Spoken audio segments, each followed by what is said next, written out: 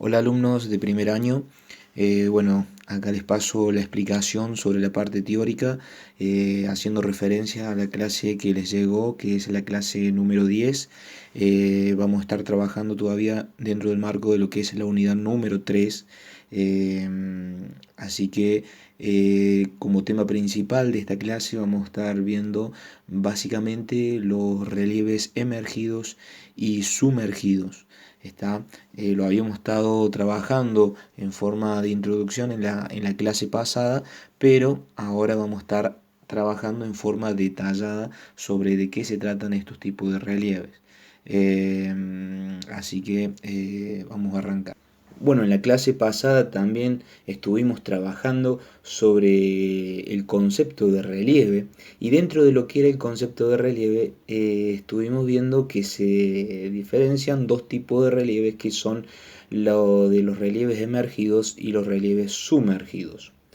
Cuando hablamos de que el relieve terrestre está determinado por estos tipos de lo que son de tierras, ya sean emergidas o sumergidas, hacemos hincapié que las tierras sumergidas es la superficie terrestre que está cubierta por el océano. Ocupa en este momento lo que es el 71% del planeta Tierra. Y también lo que es, por otro lado, las tierras emergidas, que ya son lo que se tiene en cuenta como el relieve continental, ocupa el 29% de la superficie terrestre. Para tener en cuenta en esta superficie donde vivimos, en el planeta donde vivimos, cuya superficie ya lo notamos, que es mayor la superficie líquida, haciendo referencia al océano, nos interesa particularmente a nosotros la Tierra emergida. ¿Por qué la Tierra emergida? Porque es donde nosotros vivimos, donde nosotros habitamos, donde nosotros desarrollamos las actividades humanas y económicas. ¿Está? Entonces, ya para ver lo que es la variedad de formas emergidas, estamos hablando de que la forma de relieve de los continentes poseen características diferenciadas y responden a procesos muchas veces tienen un origen distinto. Ya sean por procesos internos, que ya haciendo referencia a los procesos endógenos, como los externos, y hacemos referencia a lo que son los procesos exógenos. Transforman en todo momento a lo que es el relieve continental.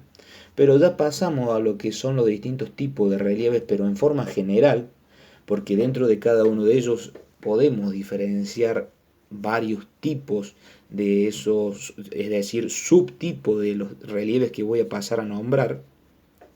Pero lo que vamos a nosotros a hacer hincapié, y lo que vamos a concentrarnos nosotros, es en los tipos de relieves que voy a nombrar. Uno, que son las montañas, también están las mesetas, y después por último están las llanuras. Entonces arrancamos por las montañas. Las montañas son relieves de mucha altura, y en este caso se van a encontrar que son relieves que alcanzan una altitud mayor. Cuando hablamos de altitud, siempre lo tenemos que relacionar con lo que es la altura. En la Tierra son las montañas las que componen las principales cordilleras que nosotros que conocemos y que vamos a conocer también más adelante. Estas montañas se puede decir que se originaron por procesos orogénicos de plegamiento. Se van a encontrar en el texto esas palabras que lo relacionamos directamente con lo que es el borde convergente. Recuerden que el borde convergente era cuando una placa tomaba contacto con otra placa, pero una se subduce por debajo de la otra, y la que queda encima de la otra placa es la que va formando la montaña. ¿Está? Es lo que sucedió en la formación de la cordillera de los Andes, y también se lo considera, pero con otros tipos de características, la formación de la cordillera del Himalaya. y también por proceso de vulcanismo, como lo que nombra allí lo que es el volcán de Vesubio en el sur de Italia, que también lo pueden averiguar en un mapa dónde está ubicado ese volcán. Nosotros más adelante en el material yo les voy a dejar lo que es un mapa planiferio físico donde ustedes se van a dar cuenta dónde están los relieves más altos, ya sea por lo que es el manejo de la escala cromática, recuerden eso. El aspecto de las montañas suele ser variado según la antigüedad que tengan esas montañas. Si estamos hablando de lo que son montañas muy antiguas, sus cimas, la cumbre, es decir, la punta de la montaña, son más redondeadas. Las laderas son suaves y tienen poca altura a comparación de las otras montañas, porque han sido sometidas a mucha erosión por efecto de lo que son los procesos exógenos que hemos estado trabajando anteriormente. Si son montañas más nuevas, más recientes, son muy altas, con laderas abruptas. ¿Qué quiere decir laderas abruptas? Quiere decir que son laderas con pendientes muy pronunciadas, que es muy difícil escalarlas, por ejemplo. Y tienen esa característica, ¿por qué? Porque no han sufrido una gran erosión. Es el caso, por ejemplo, del Himalaya en Asia, en el continente asiático, que tiene casi 8.850 metros, y también lo que es el Aconcagua en América, que ese va a ser un deber para ustedes de buscar dónde se ubican estas gran montañas, que son en este caso el Aconcagua a 6.959 metros de altura. ¿Tá? Después pasamos a lo que son las mesetas. Las mesetas son estructuras muy antiguas, son las más antiguas del continente. Recuerden que, por ejemplo, en América los relieves más nuevos están en la parte oeste, en el sector oeste del continente, y los relieves más antiguos se encuentran hacia el este. Por eso vamos a encontrar nosotros las mesetas ya retirado hacia el este y también las llanuras. Si ya tenemos que considerar cuáles son los relieves más antiguos, entonces ya consideramos que las llanuras. Después, uno de los relieves más antiguos son las mesetas y lo más reciente, lo más nuevo son las montañas, las cordilleras. ¿Está? Pero volviendo a lo que son las mesetas, son originados hace ya más de 400 millones de años, son los relieves más erosionados, fueron fracturados por movimientos de otros relieves, porque cuando se forman las montañas por efecto del choque de placas, cuando se forman las montañas, cuando se forma la cordillera, en este caso la cordillera de los Andes, empiezan a desestructurar el resto del relieve que acompaña o que está en contacto con esas montañas. Entonces esos bloques, unos se empiezan a elevar, otros se empiezan a bajar, y cuando esos bloques se empiezan a elevar, los que quedan elevados a una cierta altura en forma de una torta o de una mesa, eso ya se lo considera como meseta. Por eso yo lo comparo con una mesa. ¿Por qué? Porque si nosotros tenemos el piso, hagamos de cuenta el piso de nuestra cocina, de nuestro comedor, el piso hagamos de cuenta que es una llanura. Pero cuando llegamos a las patas de la mesa, sería ya la ladera de la meseta. ¿Y qué dice? ¿Cómo es el concepto de meseta? La meseta dice que es una región plana pero elevada. Entonces la mesa, a comparación del piso, tiene una altura, es elevado, pero la mesa por encima es plano. ¿Está? Por eso yo lo puedo comparar, ustedes lo pueden comparar con otro ejemplo, con lo que queda a criterio de ustedes. Y está formada por rocas muy antiguas. Se van a encontrar en este caso con imágenes en esta presentación, en este video, que van a hacer referencia a lo que es las mesetas, si lo pueden apreciar. Y después tenemos por último lo que son que en América del Sur, a lo largo de las fracturas, algunas porciones de esos macizos ascendieron y otras se hundieron, como venía diciendo anteriormente. Dentro de las que ascendieron está la meseta de la Puna, al norte de Argentina, la meseta de Brasilia, en lo que es Misiones y en contacto con Brasil. En este caso no se ve a simple vista la meseta, pero nosotros vamos a ver que hay una elevación del terreno y que después se hace constante la altura, que eso sería la parte plana de la meseta. Pero nosotros podemos apreciar bien lo que es una meseta en lo que es la Patagonia. En la Patagonia podemos apreciar lo que es la meseta en una forma de una mesa, volviendo al ejemplo. Está un relieve de altura, en altura, pero plano. Y después tenemos lo que es la llanura. Las llanuras son relieves muy planos o presentan algunas ondulaciones pero leves. Se caracterizan por una escasa altura, no superan los 200 metros y su poca pendiente, es decir, una pequeña diferencia entre una zona más alta y la otra parte más baja. Las llanuras son superficies formadas por sedimentación, pero cuando hablamos de sedimentación, como veníamos diciendo anteriormente, son partículas suspendidas en el aire o ya depositadas en la superficie, que puede ser transportada por algún tipo de elemento, ya sea por el río o por las precipitaciones. Ya sean areniscas, ya sean partículas de tierra o partículas de restos vegetales. ¿Está? Eso cuando hablamos de formadas por sedimentación.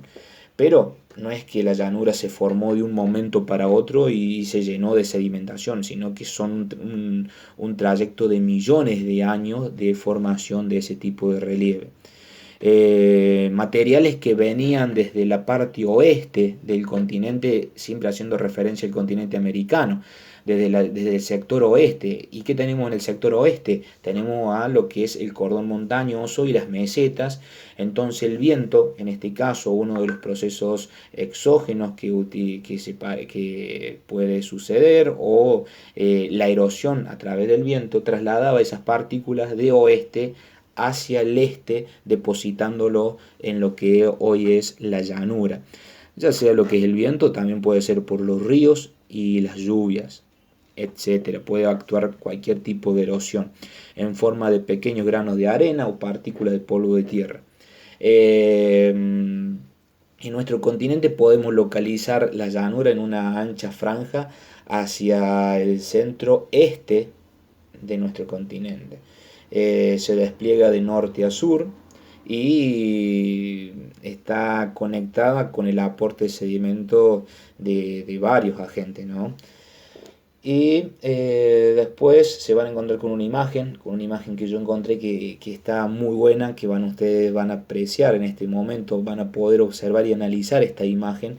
Y yo acá les pido que presten atención porque están los tres relieves importantes y generales que estuvimos trabajando, que por un lado tenemos un cordón montañoso, que en esos cordones montañosos podemos apreciar las montañas con la cima, la cumbre, es decir, la punta de la montaña, más con su punta abrupta en forma de flecha. Y podemos también apreciar algunas montañas con sus cimas redondeadas. Entonces ya podemos distinguir cuáles son las montañas más jóvenes y cuáles son las montañas más antiguas. También podemos ver lo que es una meseta, cómo es la meseta, como yo les decía, que tiene una forma de una mesa, de una torta en este caso. Van a ver cómo es su pendiente, que es un acantilado en este caso. Es una pendiente abrupta, una pendiente muy pronunciada, que si vamos hacia el borde de esa meseta vamos a estar en riesgo o en peligro de poder caernos si lo podemos visitar a esa meseta. Y después tenemos lo que es todo el resto, van a ver que es la llanura. todo el resto en forma de un relieve muy plano, con algunas ondulaciones y también podemos apreciar de dónde vienen los ríos trayendo esa sedimentación hacia lo que es la llanura. Y también podemos ver que en las llanuras hay dibujos con cultivos, con distintos tipos de actividades que realizan las personas. Es una imagen espectacular. También van a ver lo que es de color marrón clarito, como es la de sedimentación más nueva, y por debajo con un color marrón más oscuro van a encontrar con una sedimentación más antiguas, ya en contacto con rocas antiguas que están por debajo de lo que es la llanura. ¿Está? Y después están lo que son los relieves sumergidos de la Tierra. Recuerden que si hablamos de relieves sumergidos, son los relieves que están cubiertos por los océanos, por agua. Y bueno, al igual que el relieve de la superficie terrestre, los relieves oceánicos son muy irregulares. Presentan una variedad de formas, desde llanuras hasta cordilleras y plataformas. La gran diferencia consiste en que están protegidos por las aguas, como les venía diciendo. Esas formas son más redondeadas, ya que no fueron sometidas al- a la erosión producida por agentes exógenos, ya sea por el viento o por diferencias térmicas. Si bien el océano se encuentra sobre la corteza oceánica, existe una porción de la corteza continental que también está sumergida. Esta porción que está en las costas, que está ubicado desde las costas hasta los 200 metros de profundidad, mar adentro, aproximadamente, se lo llama a esto lo que es la plataforma continental o submarina. Y sobre ella también se asientan los océanos y mares. Los relieves de la plataforma continental van descendiendo a medida que se alejan de las costas. A medida que nosotros nos metemos más adentro del océano, ese relieve va descendiendo. ¿Está? Hasta llegar a un escalón, que es bastante abrupto. Volvemos a lo mismo, ese escalón tiene una pendiente muy pronunciada hacia lo profundo, que es el borde donde se unen la corteza continental y la oceánica. Es muy importante que ustedes vayan leyendo y vayan mirando la imagen que está debajo de este texto. Esta fuerte pendiente de descenso suele ir desde los 200 metros de profundidad hasta los 2000 metros de profundidad. ¿Y cómo se lo llama? Se lo llama talud. ¿Está? Los relieves sumergidos están sometidos a un proceso de erosión. ¿Y cuál es el proceso de erosión? Que no lo hemos visto, pero ahora lo vamos a tener en cuenta, que es la presión que ejerce el océano a la superficie, al fondo oceánico. Porque imagínense ustedes el peso que tiene el océano y que lo tiene que soportar esa superficie que está debajo del océano. Esa es la erosión que sufre. La mayoría de relieves que existen en el fondo oceánico son llanuras abisales. ¿Qué quiere decir esto? Que son terrenos con fondos oceánicos. Vamos a encontrar solamente materiales, sedimento oceánico, cubiertas de sedimentos marinos, que lo nombra el texto. En los sectores que se forma la nueva corteza, en los bordes divergentes, que lo vamos a encontrar en la parte central de la imagen, en los bordes divergentes suelen llamarse lo que es la cordillera submarina o dorsales. ¿Está? Esta se puede encontrar en casi todos los océanos y alcanzan a altura de más de 3000 metros por encima del fondo oceánico. Porque recuerden ustedes que en el centro de lo que es dentro, teniendo en cuenta un borde divergente, en el centro va a salir a superficie lo que es la lava, el magma. Al tomar contacto esa lava con el océano se enfría y empieza a formarse en rocas volcánicas. Eso, al pasar millones de años, va a formar esa cordillera submarina o dorsales, o dorsal oceánica. Y eso, como dice el texto, en algunos casos a llegar a una altura de 3.000 metros por encima de lo que es el fondo oceánico. Y muchas veces también se forman volcanes que pueden sobrepasar el nivel del mar y constituir islas oceánicas. Esas cumbres, al sobrepasar ya la cima de lo que es el océano, la altura del océano, pueden formarse lo que son las pequeñas islas. Por ejemplo, lo que es en el caso de Islandia, al noroeste de Europa.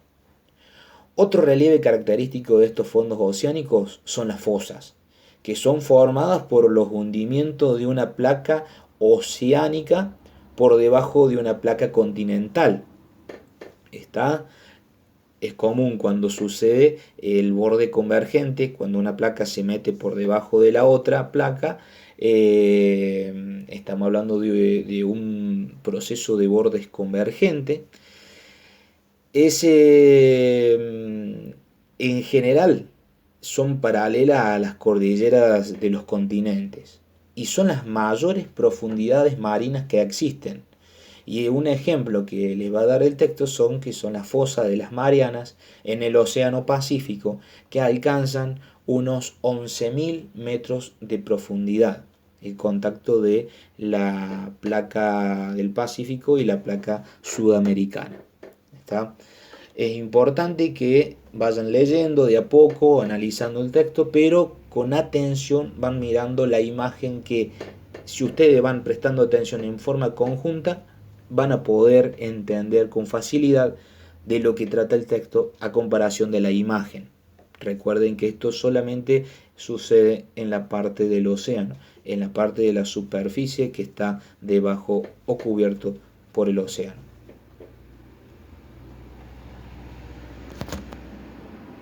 Bueno, esto es lo que es la parte teórica, así que espero que estén muy bien.